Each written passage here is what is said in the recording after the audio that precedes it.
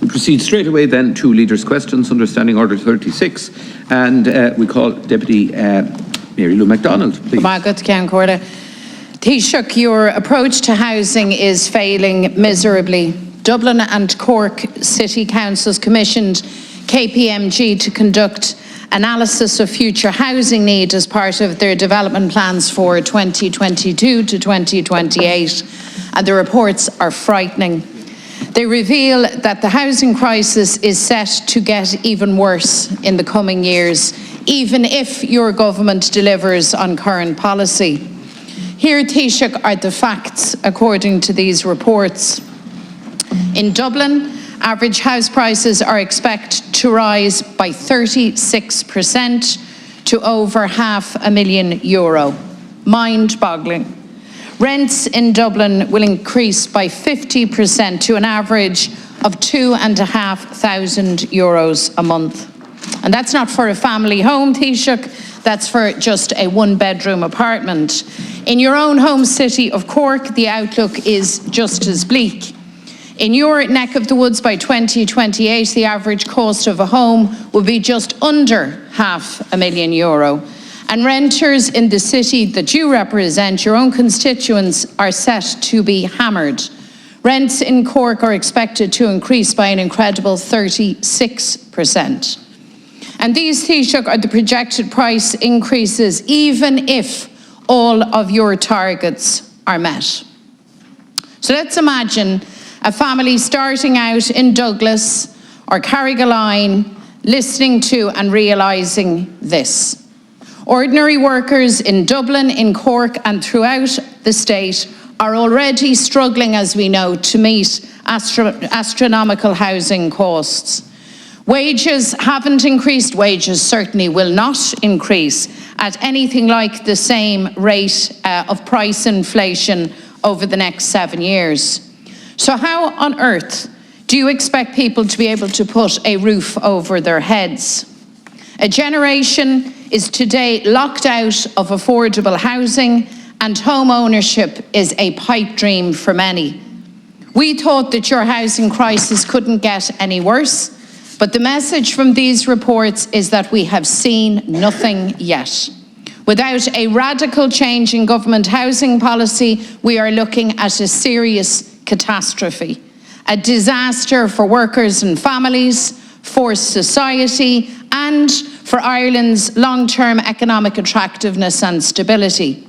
These are very significant reports, Taoiseach.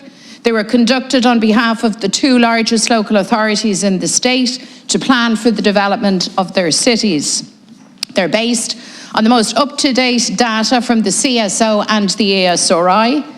And in a government with an ounce of cop on, alarm bells would be ringing very loudly, but instead we get a deafening silence, heads stuck in the sand, no urgency to respond, no forward thinking, and quite frankly, no common sense. You need to change the direction of your policy away from the interests of developers and investor funds and focus it squarely on meeting the housing needs of workers and families. And the very first thing you should do is significantly ramp up investment in the direct delivery of genuinely affordable homes. Your target of 1,250 affordable homes for next year is nowhere near enough. We need 8,000 genuinely affordable every year to avoid the nightmare projected in these reports. That's the level of ambition required.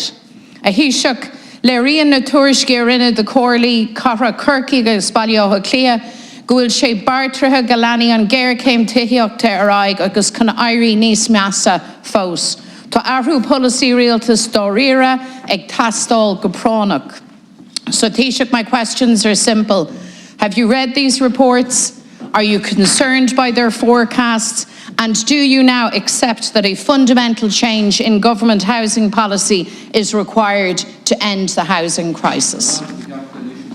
Well, first of all, I would say to you that the government has prioritised housing as the key issue, key social issue that needs to be addressed. And in that context, produced Housing for All, which is the very opposite to your so-called deafening silence from government. And I've listened to you for quite a long time now on housing, but I see very little substance. I see a lot of sloganeering. sound bites, nice catchy phrases. I don't see real substance from a policy perspective. And also, well, I tell you what, Deputy Cullinan, if you had voted for the site and Oscar Traynor and the proposals there, I'd believe a bit more in your credibility. You need to explain, and I think Sinn Féin needs to explain. I don't understand how Deputy McDonald can stand up through the chair and rant on in the soundbite manner in which she does, and still sit down without explaining to anybody why Sinn Féin voted against 853 social, affordable and cost rental homes at the Oscar Traynor site. The latest in a series of deliberate decisions by Sinn Féin to oppose substantial housing proposals in Dublin. In Dublin City Council alone, since the local elections, Sinn Féin have voted against 5,000 homes in Dublin City Council alone, against 1,200 social, affordable and private homes in Donabate. You voted against them.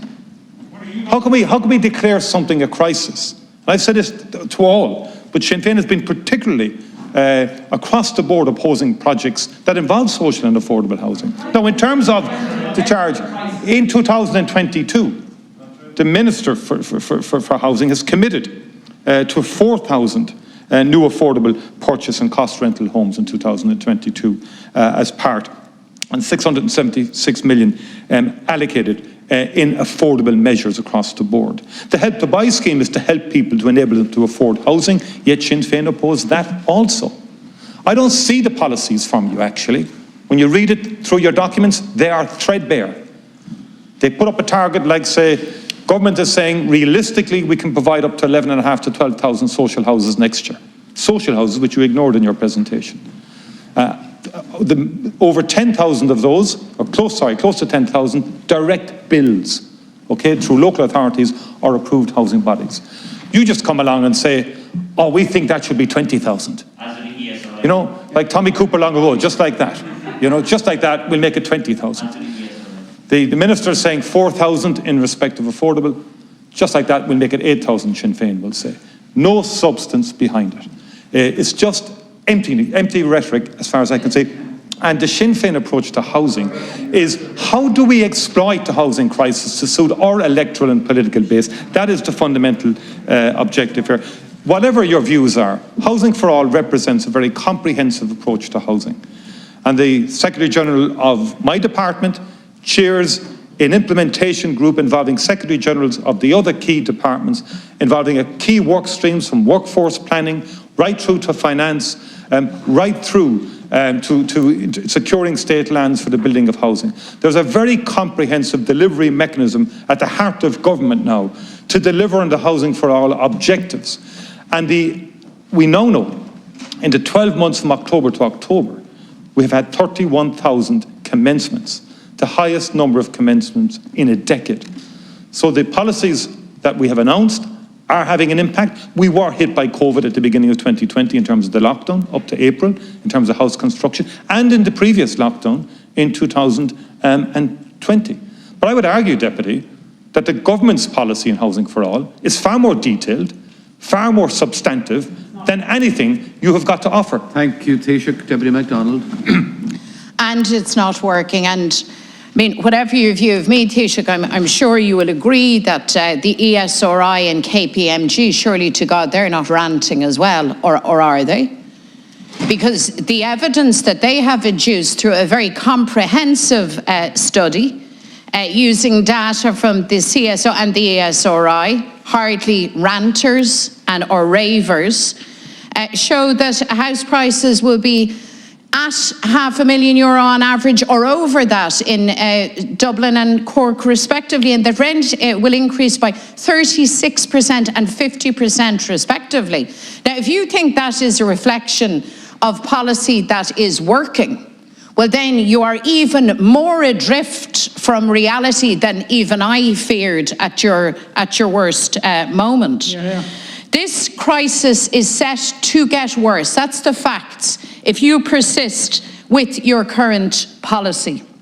We saw figures from Banking and Payments Federation Ireland showing that almost half of first-time buyers have to run to their parents for help to secure a deposit. It's called the Bank of Mammy and Daddy. Now, not every mammy and daddy is in a position to bankroll son and daughter. Thank you, Deputy. Those that can are the fortunate ones. All of the evidence stacks up, Count Corley, that this government is failing. Your housing policy is failing. But the really alarming thing is you won't look to the evidence. And you will not set out a coherent plan for success in housing. You prefer instead to attack the opposition. Thank you, Deputy. The For All strategy was announced some months ago. That is the plan, Deputy. That is the plan. And I challenge you to come up with a detailed, substantive alternative plan to the Housing for All strategy. Because you know deep down, the detail is there, it's comprehensive. The issue now is delivery and implementing. Because supply is key. Supply is key to the housing crisis, which begs the question, why does your party consistently on the ground oppose significant housing? You do. Explain. You said it. Admit it. It's ideology. So Oscar Traynor, how long more? How long more are we going to have to hang around? Deputy Carty, stop interrupting, please. Again, I think Deputy Carty has been very helpful in his interruption because he's confirmed that they did vote against Oscar Traynor, 853 social, affordable and cost rental.